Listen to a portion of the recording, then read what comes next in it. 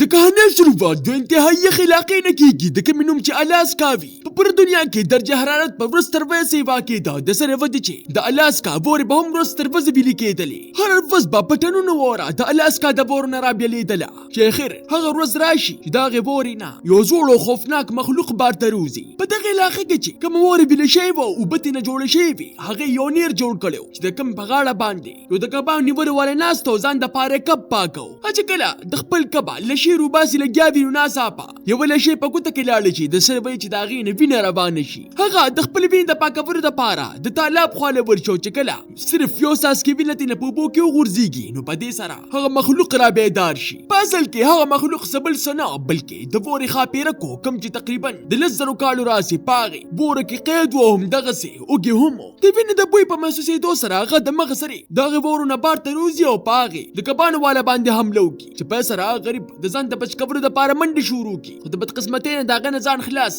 نه کړلی شي او ګیر کړلی شي د دې حادثې والا په ځای کې یو وړوکی غوندې کلی هم آباد و د کوم نوم چې بیور میلز و دغه ځای خلکو به په مکمله توګه باندې عامه زندګي تېروله او د نورو علاقو په نسبت باندې دغلته کې به ورځې او شپې دواړه اوږدې وي د سره ودې چې دغلته کې به کله هم څوک نوی کس راغی هغه ته په داد نه سوا مشکلات رامخې ته کېدل په هغې نویو کسانو کې جیک نوم یو کس هم و کوم چې بلاول د ټرک د ډرایور کار کو خو چې کله په یو حادثه کې د هغه ورور مړ شو نو هغې نه پس د ترکاڼۍ کار شروع کړو په دې وخت کې جیک د وړوکي غوندې رسټورنټ د مرمت کولو کار کو چې د هغې رسټورنټ مالک کلیر به هغې ته مسلسل په غور سره کتل جیک د ډېر وخت لاسې کار کو لګیا و دې د وجې کلیر سوچ وکړي وایي چې څه چې مې خو پې اوس کم کنه خو چې کله هغه د هغه دپاره چای راوړي نو په دې وخت کې دغه ځای مشهور ډاکټر د کوم نوم چې ډیوډ و دغلته کې راشي چې د کلیر د لاس نه هغه چای واخلي او تپوس ترې نه وکړي نن به د شپې د چکر دپاره وزګاره یو کنه چې په دې سره کلیر ورته په لسم ځل باندې یو ځل بیا انکار وکړي ډیوډ په دې سره خفه شي او بیا د نو کله په شان د دغه ځای نه نیغ لاړ شي دغه راتلو نه پس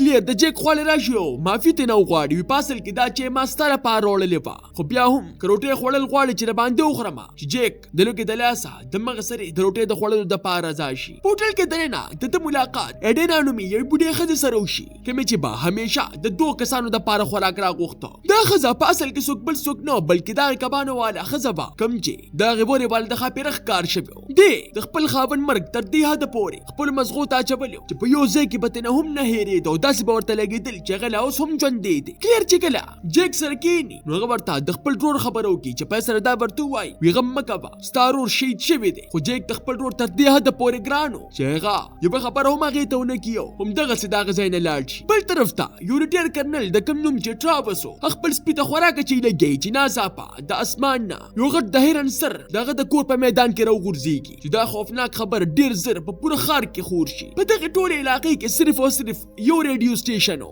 د کوم په وساطت سره چې دا خبر په ټولې علاقې کې خور شي خلکو ته داسې لګي چې کیدای شي دا چرته د هلکانو شرارت دي خو په حقیقت کې دا د یوې غټې خطرې نشاني وه جیک ته هم دا خبره هسې ګپ ښکاره شي دی د وجې خپل کور ته لاړ شي څه وخت پس ډاکټر ډیوډ د هغه د کور خواله راشي هغه جیک ته ووایي زه تا له صرف دې دپاره رالمه چې زه ستا د لاس د زخم علاج وکړمه خو په اصل کې دا علاج د ده صرف بانه وه او هغه دا معلومول غوښتل چې هسې نه د جیک خو کلیر خوښه شوې نه ده جیک په دې سره ورته صفا انکار وکړي چې کله ماته زما د ورور د حادثې د بیمې پیسې میلاو شو نو زه به د مغ سره دې ځای نه تلېمه داسې څه هم نشته غم مه کوه چې په دې سره ډیوډ د حد نه سیوا خوشحاله شي په واپسۍ کې هغه د ځنګل له خواته نه خپل ګاډۍ ودرې او د امتیازو لپاره بار ته روزي چې ناڅاپه د بره نه ده ته داسې عجیبه غوندې کسیز اواز راشي چې کله به راوګوري نو ګوري چې هغه د وورې والا ښاپېرک یې مخې ته ولاړ دی هغه ښاپېرک په مزه مزه باندې د هغه خواله راشي او ناڅاپه حمله پرې وکړي چې په دې سره ډیوډ ځنګل اړخ ته باږې وکړي هغه لږ غوندې ځان پټ کړلی شي او چې کله ورته داسې ولګي چې هغه ښاپېرک لاړه او د خپل ګاډي په اړخ باندې راشي او ناڅاپه د ګاډي سټارټ کولو په دوران کې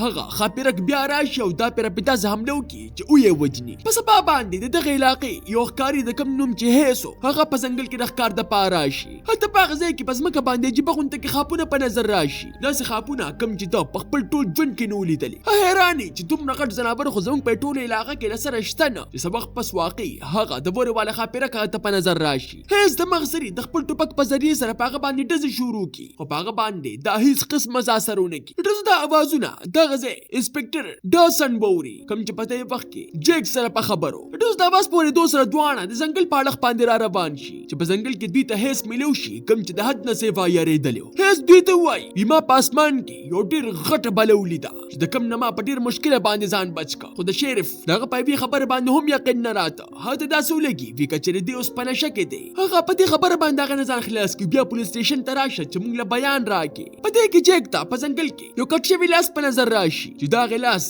د جامو او د غړې په لیدو سره دی پوښي چې دا خو د ډیوډ لاس دی. په دې سره اوس شریف پریشان شي ولې چې دا چر هم یو اتفاق نشو کېدلی. دغه معاملې نه د خلکو د خبردارولو دپاره هغه په هغې رسټورنټ کې یو میټینګ راوغواړي په کوم کې چې هغه خلکو ته وایي زموږ په علاقه کې یو نامعلومه مخلوق راوتلی دی کوم چې مسلسل په خلکو باندې حملې کوي. په دې سره دا خلکو په خپلو غوږونو باندې یقین نه راځي. خو شریف ورته د احتیاط کولو دپاره وایي. په دې کې اسپی سوزي د ډاکټر کټ شوي لاس رادننه کړي چې دې په لیدو سره دا خلکو په یره کې ورته بار اضافه وشي. د تلو په وخت کې شریف ټولو ته وایي څوک به هم یوازې ځنګل ته نه ځي او د خپل ځانونو سره د خپلو ځناورو هم خیال ساتي. خو ولې چې په دغه علاقه کې به یو سالانه پروګرام منځل کېده او هغه پروګرام اوس رانږدې او کله چې دنه خلک دغه پروګرام په باره کې د پوسو کې چې دغه بس کېږي نو په دې سره د جګ په غوسه کې نور هم اضافه وشي. وي تاسو خو لیونیان شوي یې دلته خلک مړه کېږي لګیا دي او تاسو سره د پروګرامونو غم دی چې د خلکو د یره د کمولو دپاره انسپکټر هغوی له تسلي ورکړي. وي تاسو غم مه کوئ پروګرام به موږ ضرور کوو. د میټینګ نه پس ناڅاپه شریف ته رنګ راشي کوم چې د تومس نومې د زمیندارو هغه دوی ته وایي وي زما په فارم باندې حمله شوې ده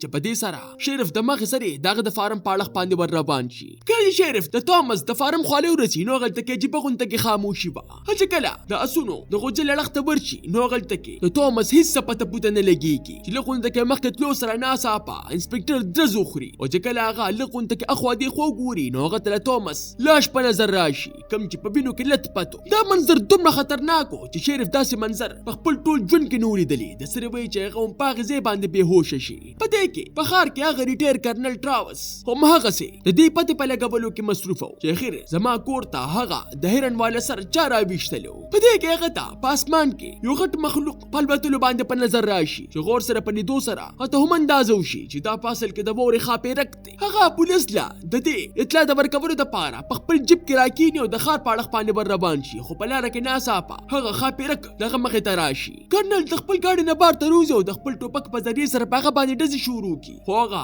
ګولې هغې ښاپېرک ته څه ډېر څه نقصان ورونه رسوي. خو بیا هم د شور د وجې هغه د دغه ځای نه باګ اختیار کړي او د کرنل زندګي بچ شي. کرنل سیده په سیده ښار ته ورسي او هغلته کې اسپی سوزي ته ټول هر څه وایي. وي کیدای شي زموږ په دې علاقې باندې چېرته آسماني مخلوق حمله کړې ده. خو سوزي ته داسې ولګي وي که چېرې دا بوډا لیونی شوی دی او کرنل ته کور ته تلو دپاره وایي. خو بیا هم سوزي له غوندې وخت په سوچ کې وي بهتره دا ده چې زه دا خبره شریف ته وکړمه. خو تر هغې پورې شریف فارم ته وررسېدلی و رنګ یې هم نه اوچته. کرنل د خپلې خبرې د ثابتولو دپاره د خپل ملګري خوا لاړ شي د کوم نوم چې فارلی و او په دې وخت کې د دغې علاقې د پروګرام د خوراک په تیارولو کې مصروف و. چې کله فارلی ته له خپله خبره وکړي نو هغه ته هم داسې ګپ ښکاره شي او د هغه دا ګپ ډېر زر په حقیقت کې بدل شي. ناڅاپه هغه خوفناک ښاپېرک ښار ته راشي او سیده په سیده د هغې راډیو والا په سټیشن باندې حمله وکړي. دغه ځای ریپورټره هیمپټن چې کله دا هر څه وویني نو هغه د مدد د پیغام د لیکلو دپاره د ریډیو استعمال شروع کړي. خو هغه ښاپېرک په یو ګزار کې د دغې علاقې د بجلي ستن راوغورځوي د سره وایي چې ټول په ټوله سیسټم بند شي. بل خوا په فارم کې شریف چې کله په هوش کې راشي نو هغه د مغې سرې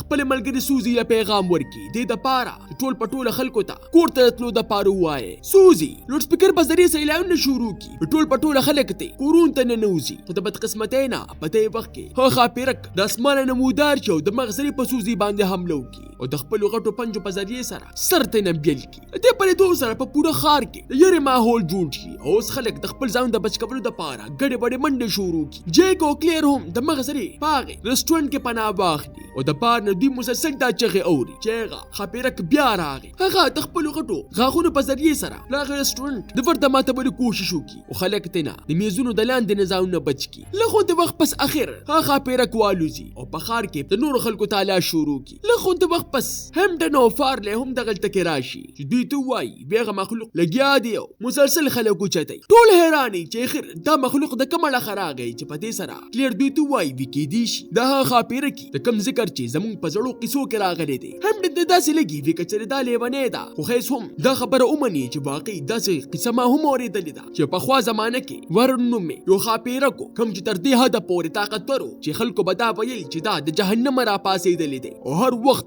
اوږې وي. په اول اول کې هغه به صرف او صرف لالچي او ګناهګار خلک خوړل، خو ورځ تر ورځه د هغه تعلقه تر دې حده پورې سیوا شوه چې څوک به ورته ملاوېدل نو چک به یې نه وخه، چې اخر یو باچا د کوم نوم چې اوډن و هغه دې د وورې په غر کې قید کړه. اوس چې ټوله دنیا نه وره په مزه مزه باندې بیده کېږي، نو کېدی شي چې همدا وجه وي چې دې اوس رازاد شوي وي. په دې پورېدو سره د خلکو د خپو نه څه وخېږي چې اخر دا لا کوم قسمه څیز دی چې اوس فیصله وکړي چې زه به شرف خامخا را پیدا کوم او د بل ښاره به دلته کې مدد هم راوړم. کلیر هم هغه سره د تلو فیصله وکړي او چې کله دوی په سړک باندې را رواني نو ګوري چې ښاپیرک په ځنګل کې کوشو. د دومره غټې خطرې باوجود دغه دواړه فیصله وکړي چې موږ به ځنګل ته ورځو، دا به ګورو چې خیر دوی اوسېږي چېرته کې. په دې کې کرنل هم لګیا وي او د هغې ښاپیرک تلاش کوي چې په لاره کې هغه ته بلها اکسیډنټ شوې ګاډي په نظر راشي، کوم چې د وینو نه لتپت و. داسې لګېدل چې کېدی شي دا ښاپیرک ودربلي و دې دپاره چې څوک د دې ښاره لاړ نه شي. په ریډیو سټیشن کې هیمپټن مسلسل د ریډیو د شروع کولو په کوشش کې لګیا وه، خو سیسټم په مکمله توګه باندې خراب شوی. له خو د وخت پس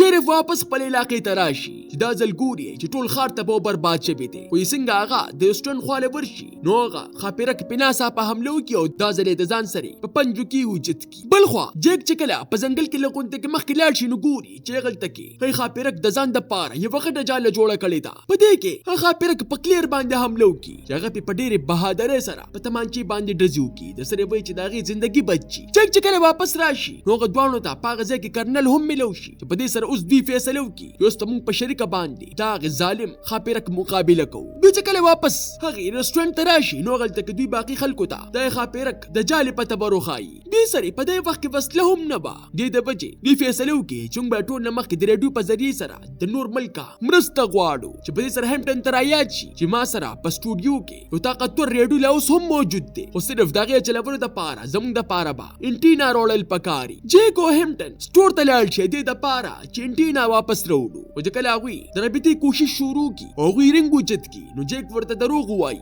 زموږ په علاقه کې یوه غټه د ګیس دماکه شوې ده او موږ ته زر تر زر د مرستې ضرورت دی، خو ولې چې سګنل د حد نه سیوا کمزورې وي هغوی په خبره باندې پوهېدل نه او اوس دوی سره صرف او صرف یوه لاره پاتې شي چې خپل ځان سره په مرسته په خپله باندې کوي. دوی اوس وسلې راټولول شروع کړي چې په دې وخت کې هغه ښاپیرک بیا حمله وکړي چې دا ځل په جګړه کې فارلی هم زخمي شي. په دې وخت کې دوی ته راپته ولګي چې ډاکټر ډیوډ خو لا ژوندی دی او دا هغه ښاپیرک په جاله کې قید دی. جیک فیصله وکړي چې موږ له به دا وحشي درنده انډې زر تر زر ختمول وي، ګینې که د هغې نه بچي پیدا شو نو بیا به د هغې راکنټرول کول د حد نه زیبا مشکل. په دې سره دوی ټول ځنګل ته ورسي او هغلته کې یو زوړ جنریټر را پیدا کړي دې دپاره چې خطرناک کرنټ را پیدا کړو د هغې په ذریعې سره د انډې ورله تباه کړو، خو دوی دا منصوبه ناکامیابه شي او هغه ښاپیرک هیڅ هم ووجني. په دې سره د جیک مزغو ته یو خیال راشي، هغه د ښاپیرک انډې په یو غټ ټرک کې واچوي او هغه ټرک په تیزۍ سره خطا کړي دې دپاره چې ښاپیرک په ما پسې شاته راشي. د دې څنګه ټرک روان کړي نو واقعي هغه ښاپیرک په ده پسې ورپاسي چې دې ته نه ټرک د غرونو په اړخ باندې ور روان کړي.